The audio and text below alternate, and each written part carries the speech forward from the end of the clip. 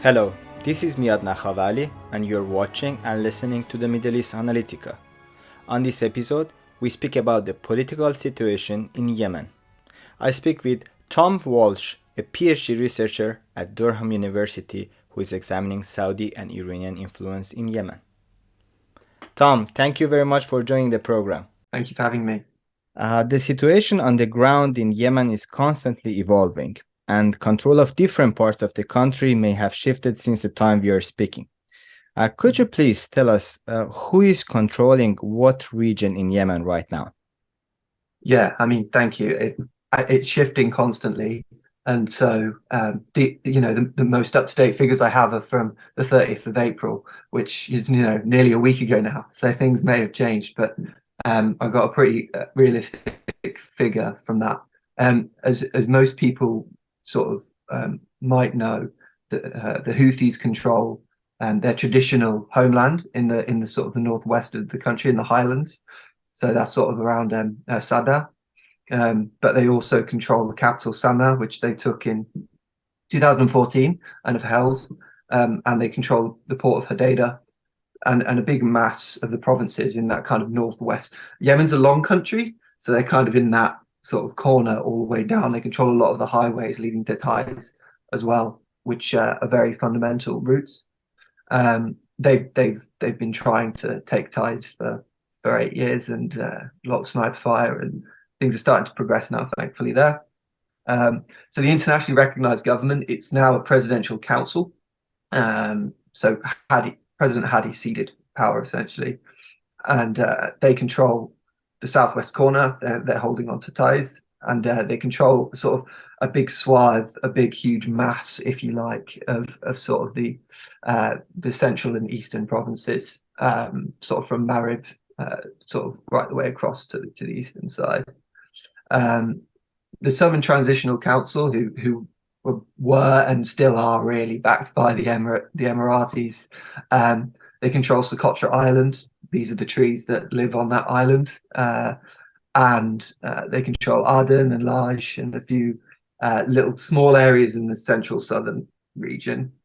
Now, Al Qaeda in the Arabian Peninsula, they're active across the east, and especially in Hadramaut, a couple of other places, and they're on the rise. They've got many thousands of troops, maybe 7,000 even, according to one UN report I've read.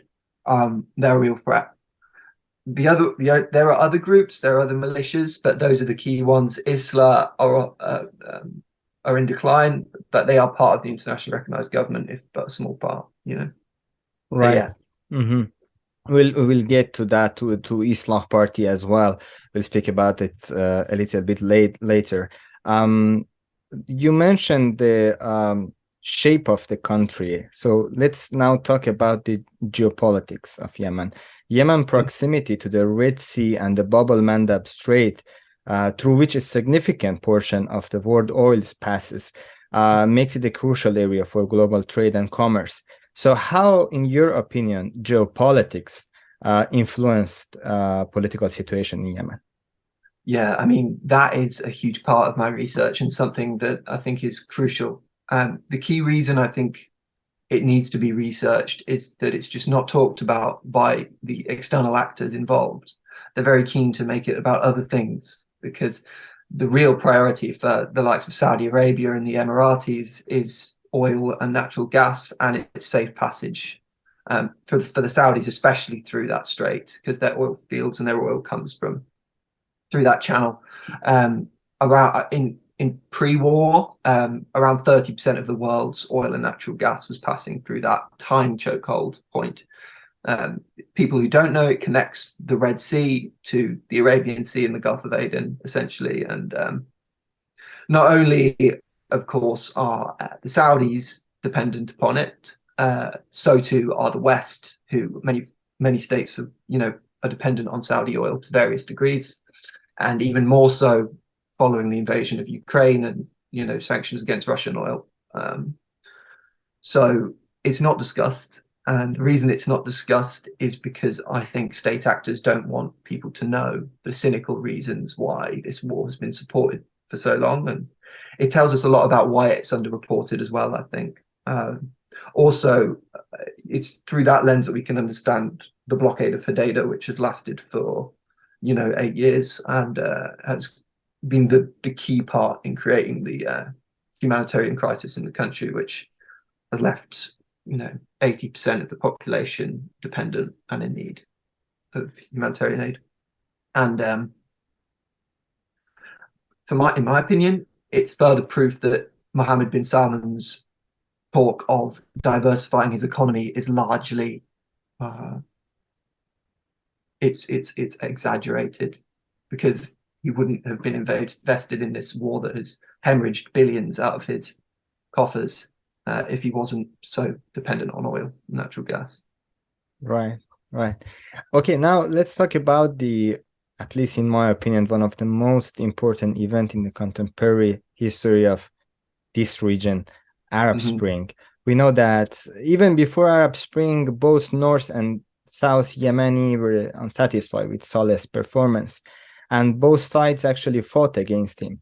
We remember that the certain people were suppressed in 1994 and Houthis in 2004.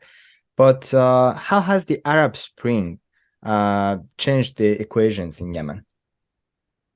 Yeah, I mean, there's so much in that question, so I'm going to try and keep it as short as possible. But yeah, you're right. A lot of people say this is a 30+ year war in a sense, because I think a colleague of mine wrote an article about it. But there has been infighting within the country. So really, what my view is that those battles in the 90s between there's a civil war of sorts between the South and Saleh, who's president for a very long time, and there were a series of wars, 6 wars they call it, between the Houthis in the north and Saleh in the 2000s. And my view is that basically those wars created battle-hardened fighters who were even more determined to their ideological causes. In the South's case, for succession and for some form of southern independence, and for the Houthis for a commitment to having a greater say in the governing of the country, which has accelerated over time to unrealistic levels, fundamentally. I mean, the Arab Spring was crucial because it seemed to bring everyone together. They were like, we all hate this guy. So it was the enemy is my friend. Okay. So you saw in 2011, all these groups coming together and protesting together.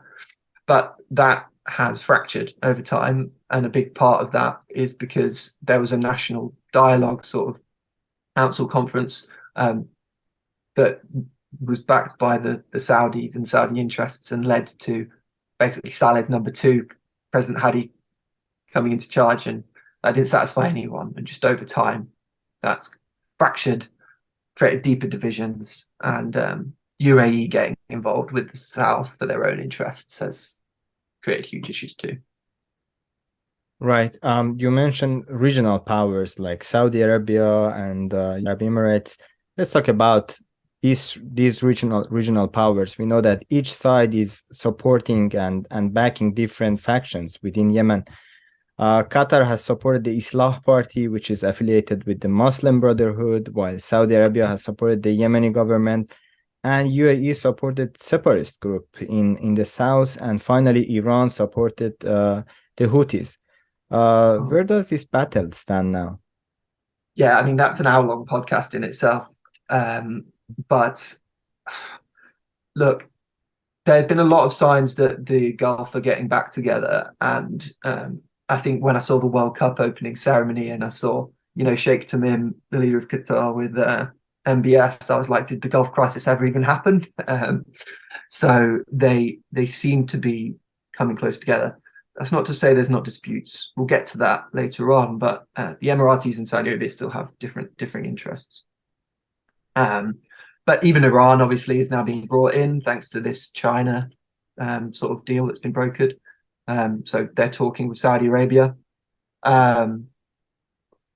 So where things stand now. I mean, the Riyadh agreement, in basically United Arab Emirates and Saudi Arabia backing different factions, really. Saudi Arabia backing the internationally recognized government, and the Emirates backing the Southern Transitional Council. They were fighting, and that came to a head in the south in a big way in 2019. They basically signed a deal called the Riyadh Agreement, but a lot of those things haven't really come into effect. A lot of deadlines have been missed, and so there continues to be animosity between the two. Obviously, the Houthis are now talking to Saudi Arabia and the other, and there's trying to be a deal done there, but the STC and some of the other groups feel quite left out. And so there are continuous fighting that will continue to happen, both physical and discursive. The real battle is to get minorities and women more involved in the peace process, to create sustainable peace, and also the rise of Al Qaeda in the Arabian Peninsula, which is widely regarded as the most dangerous part of Al Qaeda in the world. So, yeah. Right. You mentioned the differences between Saudi Arabia and UAE. We remember that in 2019, there were some reports of clashes between these two countries, and which raised concern about the potential rift between these two Gulf states. However, in November of the same year, a power sharing agreement was brokered between the Yemeni government and the STC. Does this mean that the disagreements between the UAE and Saudi Arabia have been resolved? Yeah, I may have preempted that question with something I said earlier. No, is the short answer. Not entirely. I think what that peace deal did in 2019 is the Emiratis did withdraw their troops to a large extent, but they trained, tens and tens of thousands of STC fighters, and they still are aligned with that group and their interests.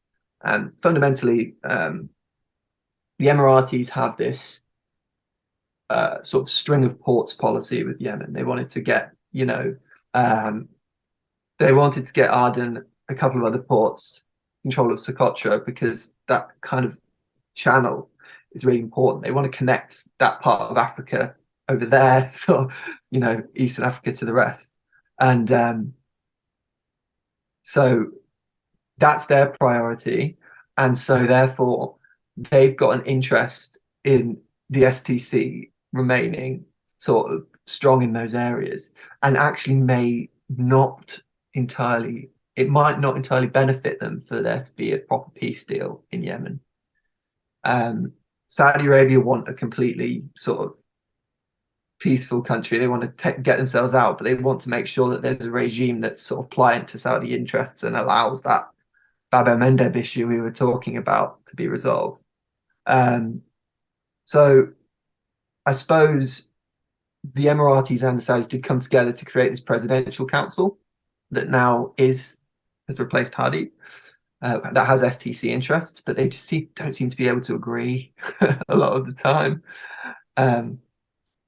And really, the UAE could benefit from continual fragmentation, and it is in a stronger position in a way, because it has less in terms of investment, less to lose. Saudi Arabia has, as I said before, hemorrhaged money on this conflict, and I was lucky enough to speak to the Saudi ambassador to the United Kingdom a while ago, and he said something along the lines of, the thing about war is you get to decide when you go in, but you don't get to decide when you get out.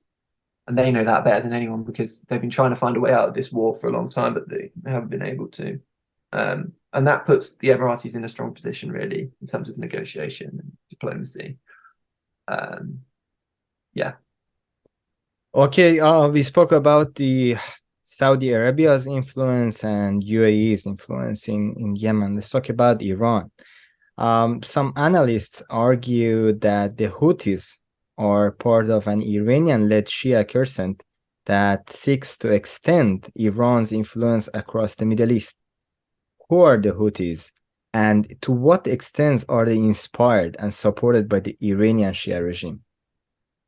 Okay, so there's two questions there. Who are the Houthis, and are they an Iranian proxy, really, or are they supported by them?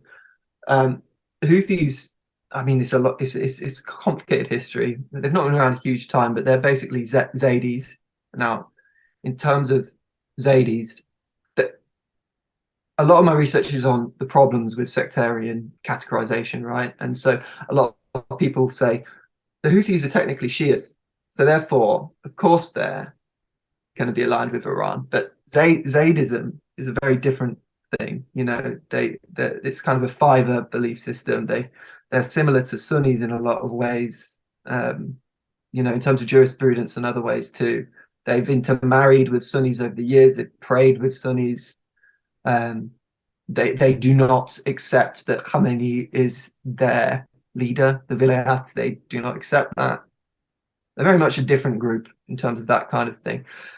America loves to jump on things like they have similar slogans. So they say like "Death to America, Death to Israel," those kind of things that Iran's saying. And go, look, this is Hezbollah in you know the Arabian Peninsula. It's not as simple as that. I mean, but having said that, you know, Iran do support the Houthis. In the early days of the conflict, they didn't very much. They certainly were friends, but there was nothing in the way of significant material support. It took a good few months after the war started for there to be any proof of a weapons shipment heading for the Houthis. And it was minimal. I mean, we're talking tiny, like a minuscule fraction compared to what Saudi Arabia invested in the conflict. And what I argue is that it's been used as a justification. So, you know, before I was talking about no one wants to talk about Bab al-Mandeb. You know, the Saudis don't want to talk about it. They want to talk about exaggerating Iranian involvement. Because if they can convince the Arab world that this is Iran knocking on our doors, that's going to get a lot of support. And it did. You know, the Saudi-led coalition got the support of, you know, 10 plus Arab states, and it's been very effective. Now, I don't want to say anything. I don't want this to sound like I'm praising Iran, because I think I'd have very little nice to say about that regime, as I have very little nice to say about the Saudi regime. But in terms of the way that they've contributed to this myth has been astute. So they've exaggerated this as well on purpose to increase threat perception from Saudi Arabia. And now in peace negotiations, they've gone, here, we can leverage this. You give us something and we'll get out of Yemen. But actually, it doesn't matter to them. Like, who controls Yemen is irrelevant to Iran. Iran is not connected to Bab al-Mandeb. It doesn't need any support there. It's just a way of trolling the Saudis, essentially, for minimal capital investment, as one of my colleagues puts it, Ginny Hill. Yeah. But that being said, not to be entirely undermined, they do have physical support now. Very interesting. Okay, now let's talk about another very important issue.